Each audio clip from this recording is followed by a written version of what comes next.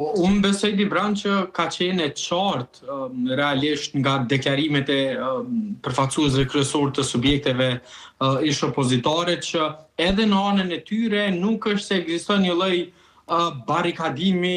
kundër lëvizjes dhe vendosje. Pra, edhe në rastin e PDK-s që besoj mund të konsiderohet si varianti më ekstrem në mesin e 3 partive ish opozitare, edhe ata e kanë bërë qartë që nuk duan të qeverisin bashkë, por nuk kanë deklaruar që do të ishin kundër një presidenti në varësi të kushteve. Në anën tjetër, sa i përket aleancës, besoj që aty situata është edhe më e qartë, pra lëvizjave vendosje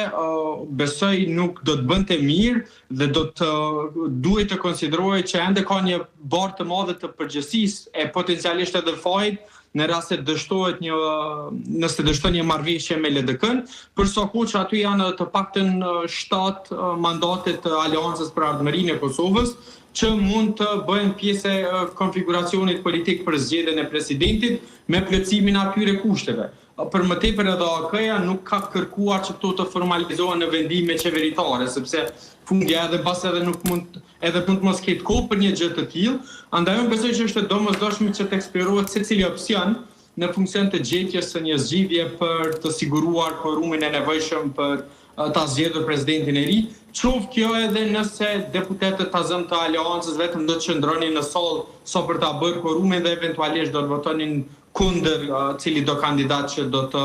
propozohet. Prandaj besoj që situata ndonë se ka shenja të mira, ende vjen të jetë tepër komplekse dhe subjektet politike do duhet që të përdornin këto 65-6 ditë që i kanë mbetur kuvendit përkatësisht spektrit politik për gjetjen e një konsensusi politik për të siguruar kvorumin, për ndryshe vendi rrezikon të hyjë në një krizë tepër serioze kushtetuese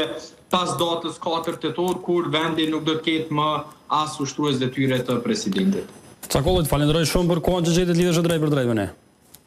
Faleminderit shumë, Dibran, kënaqësi si gjithmonë.